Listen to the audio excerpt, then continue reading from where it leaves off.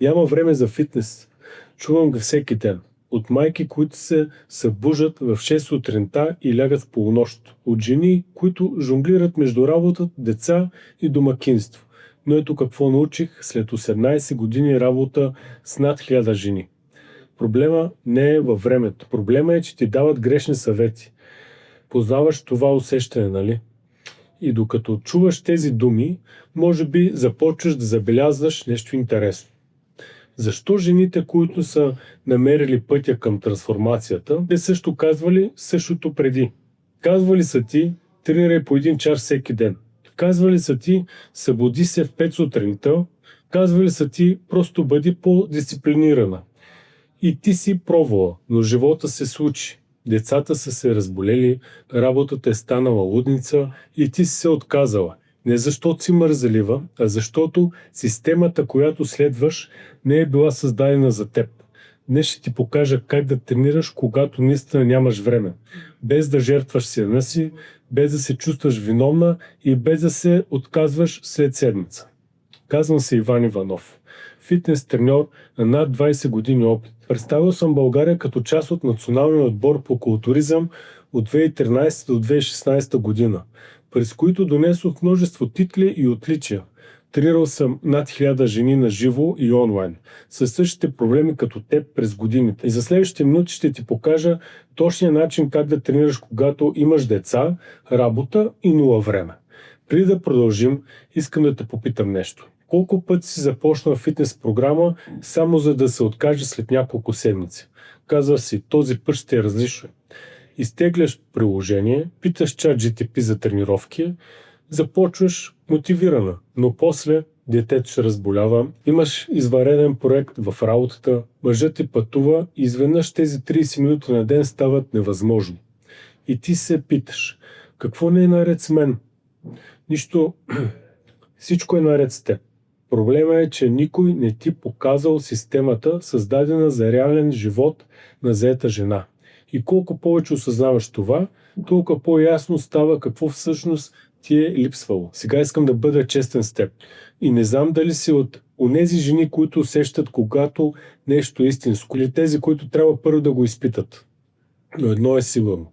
Това не е за хора, които търсят магия без усилия. Не е за тези, които искат резултати без да вложат нищо от себе си. Но ако си жена, която усеща, че заслужава повече, ако си уморена да започваш и да спираш, ако нещо в теб знае, че промяната е възможна, тогава може би ще усетиш, че това е точно за теб. Нека поговорим за истинския проблем. Повечето фитнес програми са създадени от хора, които нямат деца, или имат чистачка, или работят от вкъщи, или просто нямат представа какво е да бъдеш заета майка. Те ти казват, намери 1 час за себе си, но ти се питаш, кой час, докато децата спят? Това е единственото ми време за всичко останало. И тогава се обръщаш към интернет, питаш ChatGPT, получаваш красив план, 5 дни седмично, 40 минути на тренировка, изглежда професионално на екрана. Но ето проблема. AI ти дава генерална информация. Информация, която работи генерално. За генерални хора в генерална ситуация. AI ти дава информация, която искаш да чуеш, а не информация, която ще ти помогне. Но ти не си генерална. Ти имаш специфичен живот, специфични ограничения, специфични предизвикателства. И когато тази перфектна програма се сблъска с реалността, тя се разпада. По-лошо от това да нямаш учител е да имаш лош учител. Колкото и умен да е, не може да те погледне в очите и да ти каже: виждам, че това не работи за теб. Нека го променим. Да поговорим за една жена, която дойде при мен преди 2 години. Ще я нареча Мария. Майка на 2 деца, едното на 4, другото на 7. Работеше на пълен работен ден. Мъжът ти пътуваше всяка седмица. Каза ми: Ванка, пробвала съм всичко. Приложения, YouTube видеа, дори платени програми онлайн. Нищо не работи за мен. Попитах я, какво точно не работи? И тя ми каза нещо, което чувам постоянно. Програмите са страхотни, докато живота не се случи. Детето се разболява, аз се изморявам и няма кой да ми каже какво да правя тогава.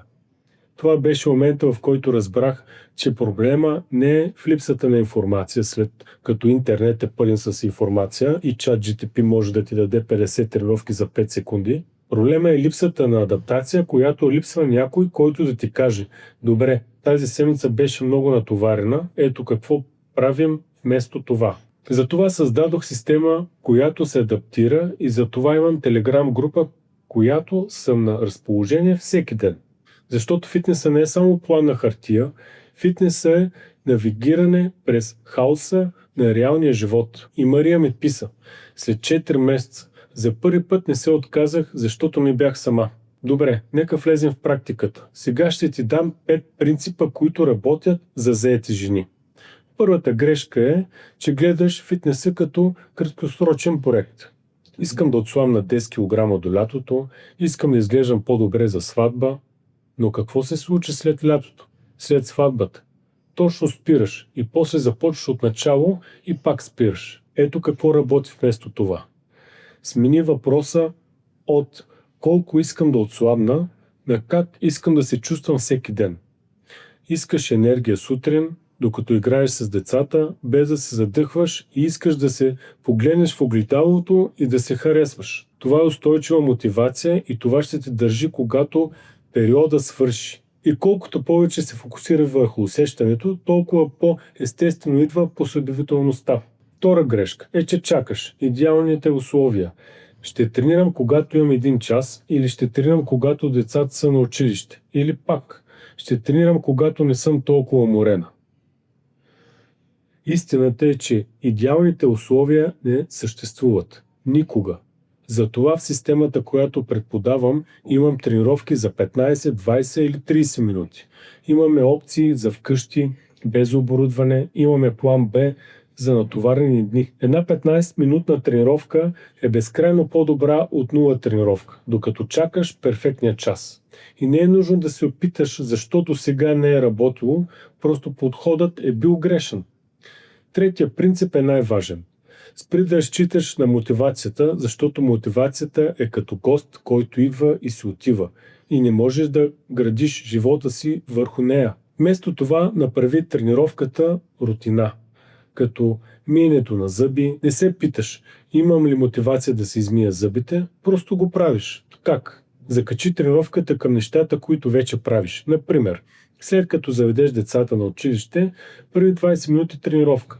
Или докато децата гледат анимация вечер, аз тренирам. Не търсиш време, а го създаваш. И колкото повече го правиш, толкова повече тялото ти започва да го очаква. Ето какво не ти казват другите програми. Живота ще те саботира, което е гарантирано. Детето ще се разболее точно когато имаш перфектната седмица и ще имаш безсънна нощ, докато се случва нещо. Затова трябва да имаш план за тези дни. В моята система имаме пълни тренировки, когато всичко е наред. Съкратена версия, когато времето е малко. И минимална доза, когато живота е хаос. Дори 10 минути раздвижване е по-добре от нищо. И най-важното, не те изхвърля от релсите. Защо истинският проблем не е да пропуснеш 1 ден, а проблемът е, че 1 пропуснат ден става 2, става седмица, става ще започна от понеделник. И при да се усетиш, си се отказала. И системата предотвратява точно това. И петия принцип, може би е най-важният. Не можеш да го направиш сама. Знам, звучи контраинтуитивно, но аз съм силна, справям се с всичко сама. Да, справяш се, но на каква цена?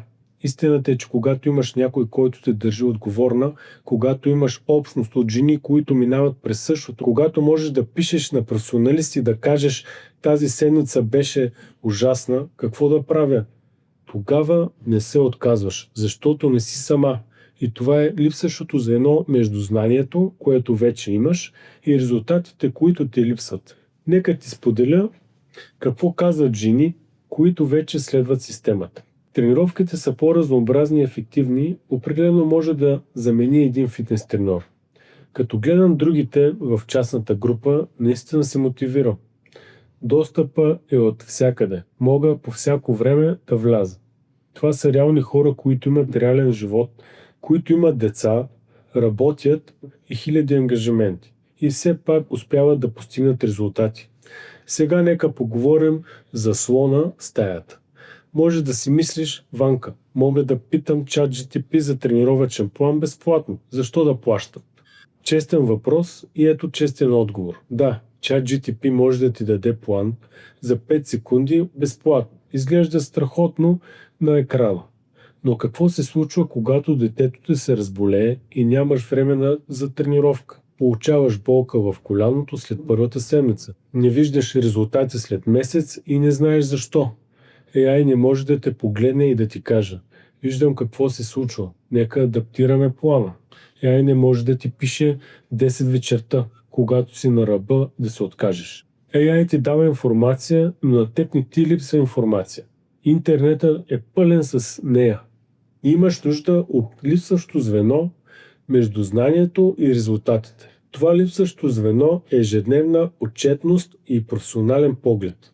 Точно това представляваме във Fitness Lifestyle. И точно това ChatGPT никога няма да може да ти даде. Не е нужно да се питаш защо това работи, когато другите неща не са. Резултатите говорят сами. Затова създадохме fitnesslifestyle.bg. Това е система, тестваме върху нас стотици жени и не е теория, не са генерирани съвети, реални резултати от реални хора с реален живот. Какво получаваш? Над 300 тренировъчни програми за вкъщи, за залата, за 15 минути, за 45 минути, хранителни режими и здравословни рецепти, не диети, а устойчиво хранене, видеоуроци за всяко упражнение. Никога няма да се чудиш как се прави. Но най-важното, частна група в Телеграм, където съм активен всеки ден. Може да ме пишеш лично, да питаш въпроси, да кажеш: Ванка, тази седмица беше кошмар, и да получиш реален отговор, не автоматизиран текст. Това е предимството ти в реално време. Нещо, което нито едно AI не може да ти даде.